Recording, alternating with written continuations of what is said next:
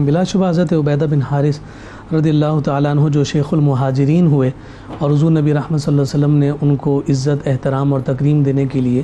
انہیں یہ خوبصورت لقب عطا فرمایا، تو اس میں آپ کی عمر کا بھی دخل تھا۔ آپ زیرک تھے، دانا تھے، اور پھر مطلع بھی ہونے کے اعتبار سے جو جسمانی قوت اور جو ہے نا آپ کے اعصاب کی مضبوطی تھی، یعنی یوں سمجھیے کہ جب آپ نے ہجرت کی ہے تو اس وقت ان کی عمر 63 سال کے قریب ہے، لیکن اس کے باوجود حضور نبی رحمت صلی اللہ علیہ وسلم انہیں میدان جہاد کے قابل تصور فرما رہے ہیں۔ اب حضور علیہ الصلوۃ والسلام نے جو سرایہ روانہ فرمایا، ہم جانتے ہیں سرایہ ان معرکوں کو کہا جاتا ہے جس میں حضور علیہ الصلوۃ والسلام بنفس نفیس خود شریک نہیں ہوئے، کسی صحابی کو کمانڈ دیتے ہوئے روانہ فرمایا۔ بنیادی طور پر ہمیں یہ سمجھنا ہوگا کہ ان کی ضرورت کیوں پیش آئی اور ابتدائی طور پر بہت سارے سرایہ کیوں پیش آئے۔ پہلی بات یہ تھی کہ چونکہ حضور علیہ الصلوۃ والسلام ریاست مدینہ کا اعلان فرما چکے ہیں، مسلمان کفار مکہ کے مظالم سے بچ کر یہاں مدینہ المنورہ میں اب کچھ دن سکون کے گزار رہے ہیں، تو حضور علیہ الصلوۃ والسلام نے یہ حکمت عملی ترتیب دی کہ کہیں ایسا نہ ہو کہ ہم یہاں آرام اور سکون میں ہوں اور وہاں کفار مکہ کوئی پلاننگ کر کے ہم پر وارد ہو جائیں۔ ایک اور وجہ جو سیرت نگاروں نے بیان کی خاص طور پہ وہ یہ کہ یہ سرایہ جو ہے نا تھوڑے تھوڑے افراد جو ہے نا مکہ کی جانب یعنی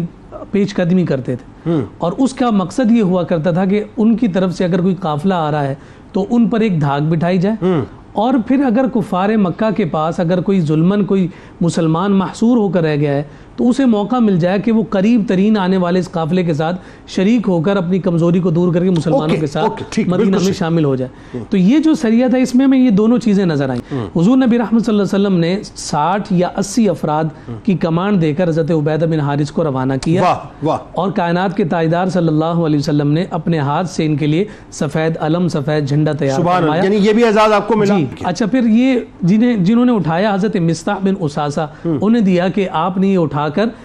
ہلانا ہے، لہرانا ہے، اور پھر یہ علم کے حقیقی جو مالک ہیں وہ حضرت عبیدہ ہیں چونکہ وہ اس کی کمانڈ کر رہے ہیں۔ تو وہاں سامنا ہوا اکرمہ کا، اکرمہ بن ابی جہل، جو ابھی تک ایمان نہیں لائے تھے۔ ایمان نہیں لائے۔ اچھا، جب ان کے ساتھ سامنا ہوا ہے تو ان کے ساتھ لشکر میں 2 مسلمان ہیں جو مالی طور پر بھی اور جسمانی طور پر کمزور تصور ہوتے ہیں، وہ ان کے ساتھ شریک اور اگر آئیں کہ کئی موقع ملے گا۔ ان میں ایک کا نام ہے حضرت مقداد بن عمر کندی، اور دوسرے حضرت عتبہ بن غزوان۔ حضرت عبیدہ بن حارث کے ساتھ مل کر یہاں حضور کے پاس پہنچے۔ یہاں ایک اور لطیف بات یہ ہے کہ تیر اندازی ہوئی ہے۔ اچھا، تیر اندازی کیا ہوئی ہے کہ یہ تو 60 یا 80 ہیں، دوسری طرف 200 سے زیادہ افراد اتنے تیز برسائے کہ سامنے والے سمجھے کہ بہت بڑا لشکر، اور یہ واپس بات۔ حضرت سعد بن ابی وقاص رضی اللہ تعالیٰ عنہ تھے جنہوں نے سب سے پہلا تیر دشمنوں کی جانب پھینکا ہے، وہ حضرت سعد بن ابی وقاص، یعنی یہ اعزاز حضرت سعد کو یہاں سے حاصل ہوا، اور بخاری اور اسلام کے کتب میں حضرت سعد بن ابی وقاص کے اس اعزاز اور منصب کو بڑی خوبصورتی کے ساتھ ذکر کیا جاتا ہے۔ اور پھر حضور نبی رحمت صلی اللہ علیہ وسلم کے اس امر کو جب ہم دیکھتے ہیں یعنی سرایہ کے اعتبار سے، اور پھر چونکہ حضور یہ بھی جانتے ہیں کہ یہ باقاعدہ کوئی گھمسان کی جنگ نہیں ہے ان سرایہ میں، تو حضور علیہ الصلوۃ والسلام وہاں انہی لوگوں کو بھیج رہے ہیں، انہی لوگوں کو نومینیٹ کر رہے ہیں جو معاملہ فہم ہیں، بردبار ہیں، اور پھر ساتھ ساتھ حلم رکھنے والے، تاکہ اگر جو معاملہ پیش آئے تو خون ریزی کم سے کم ہو،